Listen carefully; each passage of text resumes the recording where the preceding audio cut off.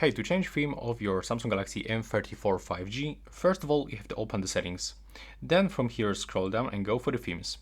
You have to be connected to the Wi-Fi or mobile data to get access to the Galaxy themes.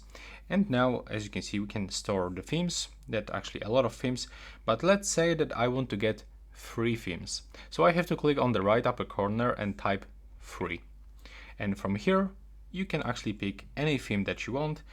So let's say that I'm gonna put this Christmas theme, this one. I have to click download. And now just wait for the downloading. When it's finished, you have to click apply. And now just wait for applying process. It will take around a few seconds. As you can see, there they go. And now it is finished. And as you can see, it looks really nice. And that's it. Right now, please subscribe to my channel. Bye bye.